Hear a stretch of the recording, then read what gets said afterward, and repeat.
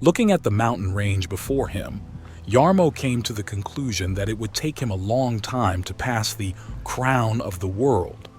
But he had to, and while he was walking on, his mind went to the adaptations of the Neverending Story. Adaptations weren't necessarily a bad thing. When transferring a story from one medium to another, something always had to be changed. But with the Neverending Story, it was something special, and it started with the first film.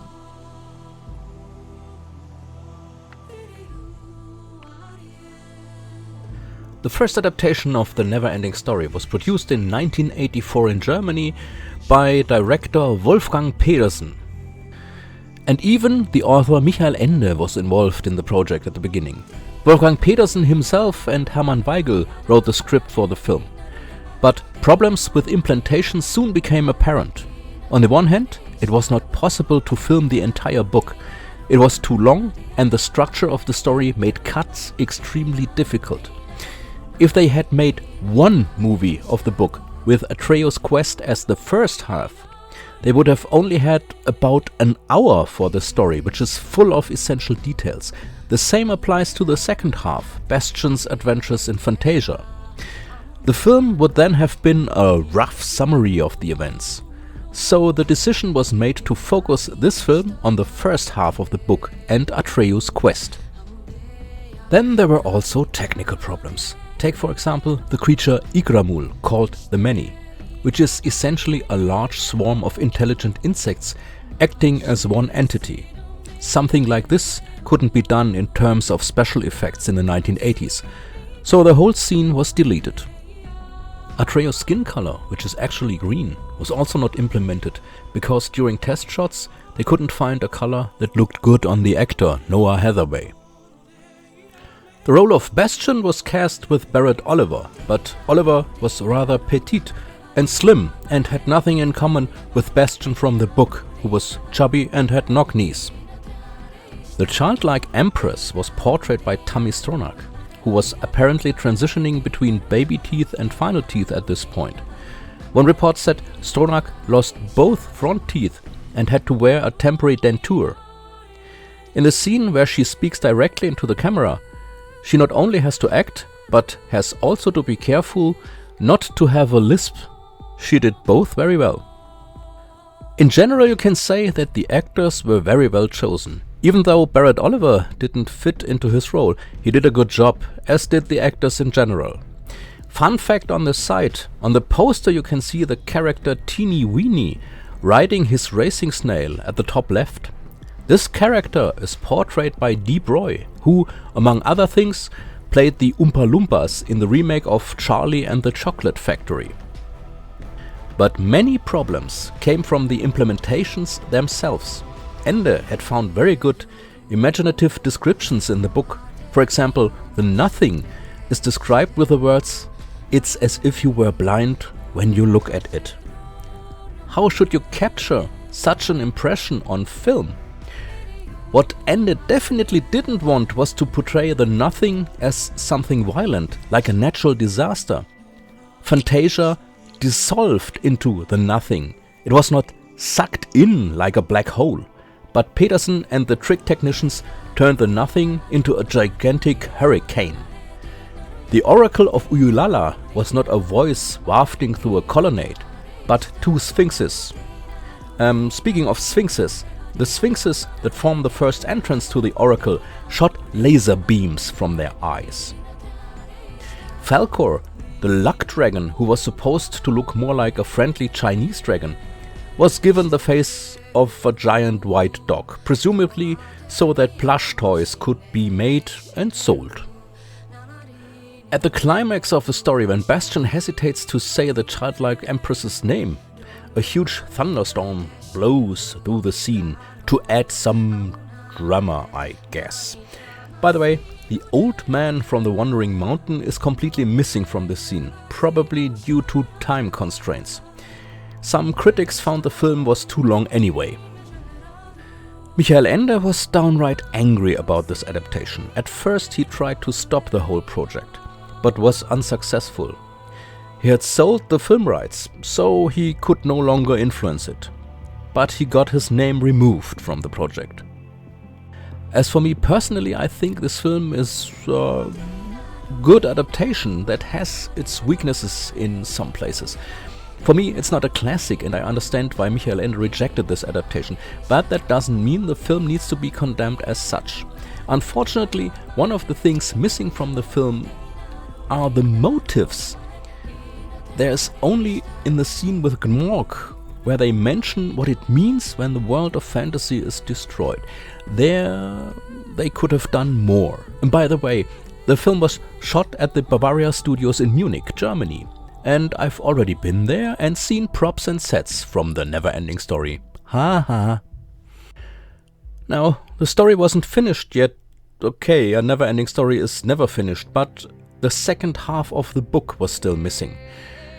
And 6 years passed.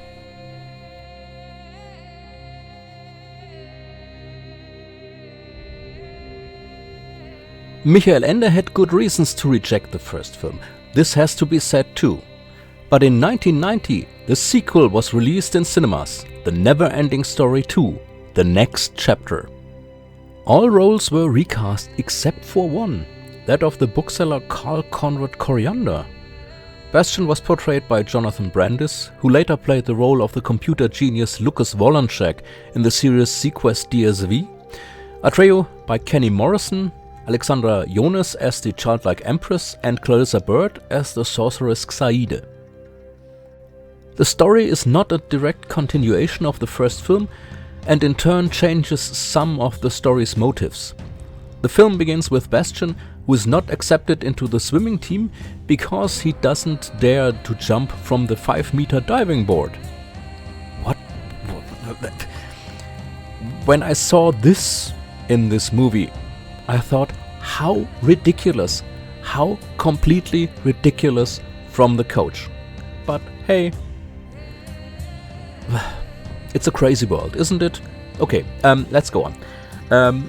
So he doesn't jump from the 5-meter diving board, so he can't be on the swim team. Okay, let's just go with it.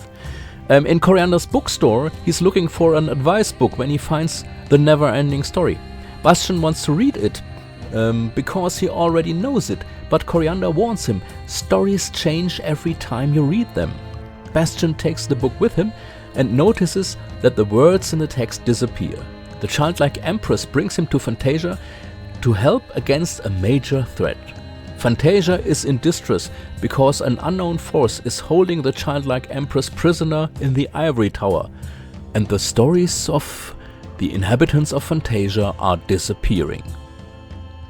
The sorceress Xaide is behind it all. With her helpers Nimbi, who is a bird creature, and the technician Threeface, she pursues a plan to take away Bastian's memories so that he has to leave Fantasia again. Every time Orin grants Bastian a wish, a memory is stolen from him by a machine invented by Threeface and captured in a glass ball. Bastian meets Atreyu in the Silver City when they are attacked by Xaide's mechanical giants. They can defeat them. When one of the giants falls to the ground, it breaks and they can see that it's completely hollow. This brings Bastian to the realization of the power behind it all. The emptiness. Not the nothing, the emptiness. Okay. As in the book, Atreyu and Bastian fight their way to Xaide, and she allows herself to be captured so that she can manipulate Bastian. She almost succeeds, only when Bastian injures Atreyu dangerously. Bastian realizes what game is being played with him. He sacrifices his penultimate memory to help Atreyu. Then Xaide appears and says he'd better use his last wish to wish himself home, because without memories he'll be lost forever. But Bastian's last wish is that Xaide has a heart. She is overwhelmed by emotions and disappears in a flash of light. The childlike empress appears and says Bastian's instinct was right. You can't destroy the emptiness, you have to fill it with love. Finally, Bastian has to jump down a waterfall to get back into his world. You see, it's the thing about jumping from the diving board again. This is a bit on the nose, I know. But, okay, the desire to see his father again makes him overcome his fear. At home he hugs his father, overjoyed. And in the meantime, the father found the book The Neverending Story and started reading it. He read what Bastian experienced in Fantasia. Well, you have to give it to the author Karen Howard with the motif, you can't destroy the emptiness, you have to fill it with love. She has at least taken up one of the motifs from Michael Ende's book, which is also about grief and the emptiness that grief can bring with it. However, the second half of the book is also neatly trimmed down and some of the more sophisticated scenes are missing, such as the events surrounding the warrior Hinrek or the old emperor city. Since the childlike empress has not disappeared in this version of the story, but has only been captured, Bastian does not want to become the childlike emperor himself. The storyline with the emptiness is a bit like the nothing light, because you only get to know about the constant threat at the very end. The fact that Bastian loses his memory due to his wishes is attributed here to Three Faces' machine. In the book, this has a very philosophical background. For example, Bastian forgets that he is short and chubby in the human world, because in Fantasia he is slim and strong. Xaide doesn't have any helpers in the book either. Nimby is an invention of the screenwriter. Three Face was after all designed after a character from the book, but there the character has 4 faces that he uses depending on his mood. As far as the motives are concerned, this film is a better adaptation than the first part.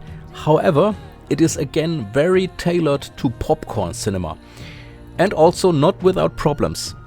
The fact that Atreyu has an army of toys taken on the giants of Saide stands out as negatively as Bastian, who wishes a spray can for defense instead of, for example, a sword. An entire plotline from the book is brushed aside with one sentence. In order to persuade Bastian to make a wish and thereby lose memories, Nimby tells him to turn the acid of the Lake of Tears into water so that anyone can swim in it. Bastian rejects this and wonders whether the Sylvie City perhaps shines so beautifully because of the acid. In the book, the storyline is important for Bastian's further development. He finds the Acharai who cry the acid that makes up the Lake of Tears. Because he feels sorry for them, he turns them into clown moth. Whereupon the Lake of Tears dries up and the Silver City lies aground. The lesson here is, you can't just change something thoughtlessly because you don't seem to like it. You always have to see the bigger picture. That was completely left out. Again, this movie is not a classic, but solid.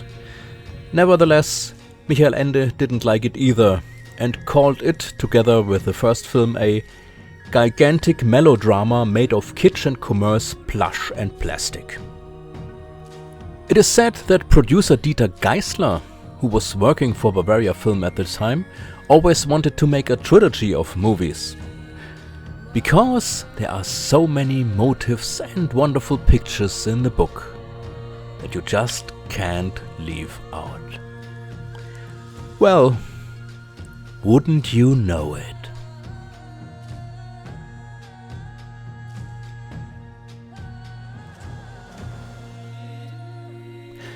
Now, what can I say?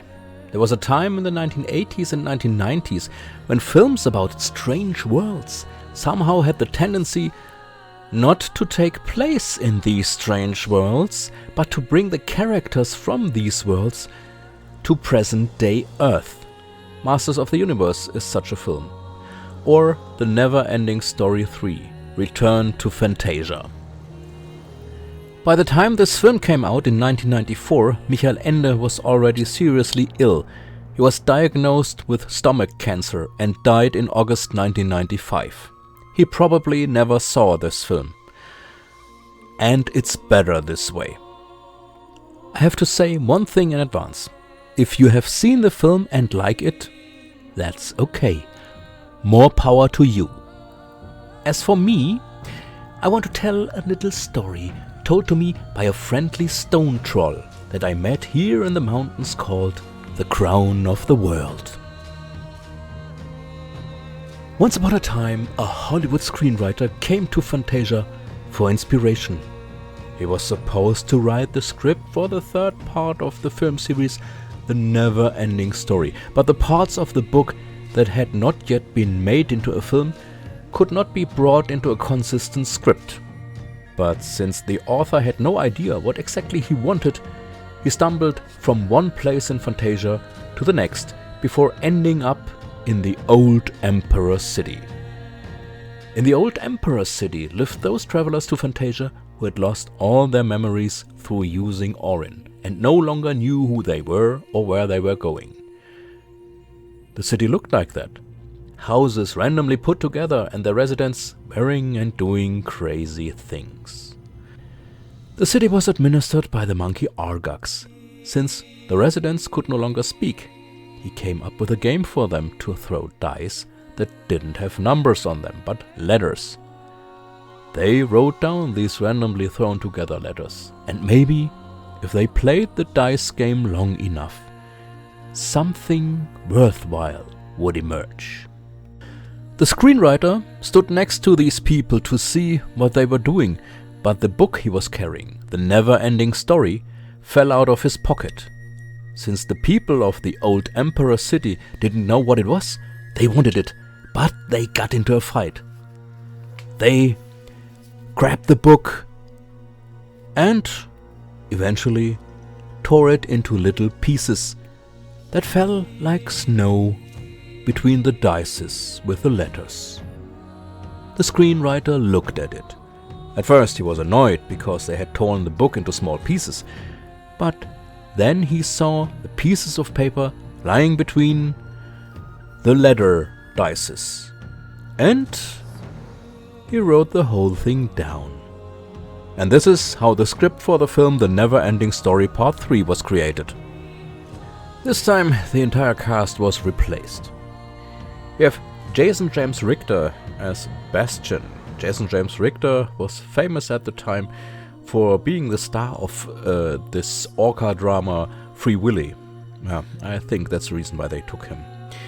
Then we have Julie Cox as the childlike empress, and we don't have Atreyu in this, but some other people from Fantasia. Then we have Jack Black. Jack, I can't believe it, Black, as a character called Slip. The story. Bastian's father married a woman who in turn has a daughter named Nicole. The new patchwork family moves to a new city, and at school Bastian meets the so-called Nasties, a group of bullies. This group is led by Slip, the character played by Jack Black. By chance, Bastian meets Coriander and finds the book The Neverending Story with him. A fight breaks out between him and the Nasties over the book, with Engiwook, an Urgel, you remember from the book and the first movie, and a Bark Troll, a new character that was just invented for this film here. Okay, Engiwook, Urgel and a Bark Troll are being thrown into the human world, and at the same time Bastian's stepsister Nicole gets her hands on the Orin and uses it to go on a shopping trip. I wish I was making this up. This sounds like a poorly made parody, but it is not. In any case, chaos breaks out due to the actions of Nicole and the Nasties, and Bastian has a lot to do to get the whole thing under control again. The end. And now we'll never talk about it again. Jarmo was frustrated. Of course it was a matter of taste whether you liked a film or not.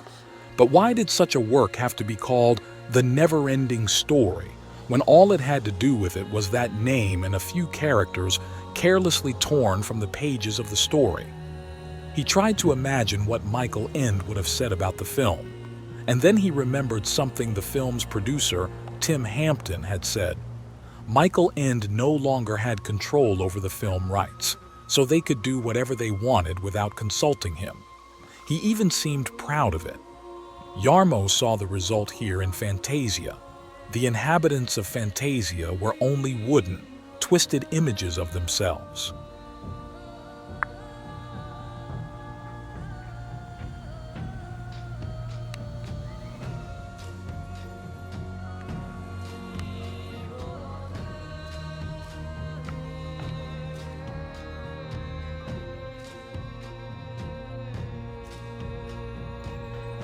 On the behalf of the Neverending Story 3, however, it must be said that it is not the last adaptation with, let's say, dubious fame. First of all, we have a one-season cartoon series that aired between 1995 and 1996. We don't need to talk about motives and everything because this series turns them all on their head. The Nothing is, so to speak, the villain of the series, along with the sorceress Xaide. The episodes are just over 20 minutes long and use characters and individual plots from the Neverending Story, but they are pure fantasy. Many of the references have been lost. For example, in the first episode, the Acharai play a role, and their transformation into the clown moth solves the story's problem rather than creating new problems as in the book. So, the series uses Fantasia as a vehicle to tell stories. The actual deeper meaning of the book that Michael Ende wrote plays no role here. The series is aimed at younger children, which can also be seen in the style of the animations. 26 episodes were produced, then the series was cancelled.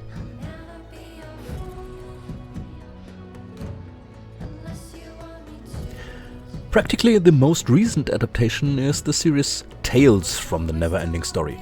However, it is only a shadow of the book. Individual plots and characters are adopted, but the whole thing is woven into a story in which events in the world of humans and fantasy run parallel. If Bastian has to face a problem in the human world, Atreyu does the same in Fantasia. Additionally, the childlike Empress and Xaide are siblings in this version. They represent opposites, but both belong to their world. Some characters from the book are not retained, but new characters are added. For some, the backstory has been changed. For example, Atreyu is no longer from the Sea of Grass, but is a woodland boy. Bastian's mother dies in a car accident in the series. The book doesn't explicitly say what causes her death, but it does hint a long-term illness, such as cancer. It is also implied in the second film that Bastian's mother died of an illness and not of an accident. The series ran for one season in total and consists of 13 episodes. These episodes were aired between 2001 and 2002.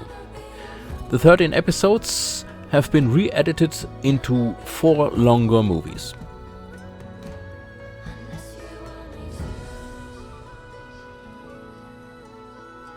Question: what other adaptations are there? No new film or television series has been produced for around 20 years, but there have been radio plays, both in Germany and in English-speaking countries. In Germany, there is the Neverending Story in the form of various plays, an opera, and a ballet performance. Yes, that's right, the Neverending Story as a ballet. Other than that, there isn't much.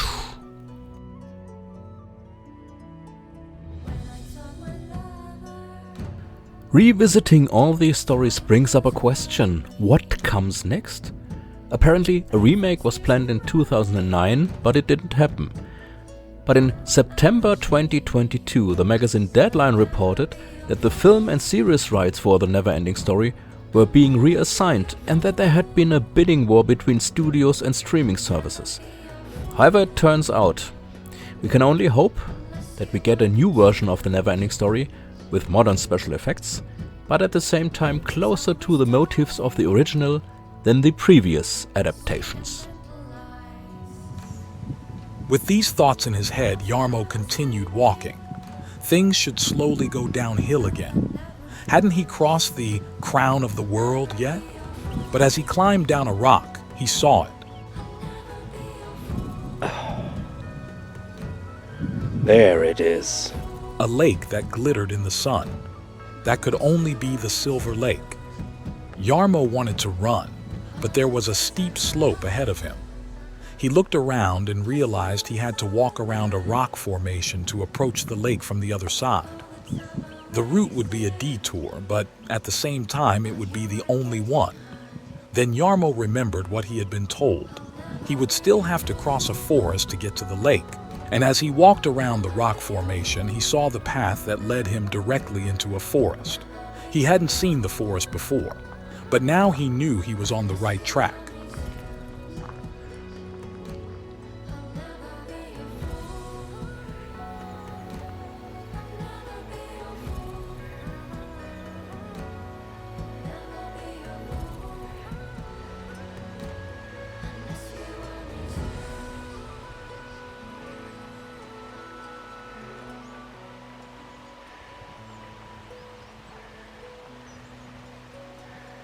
He was on his way to Silver Lake, but that is another story and will be told another time.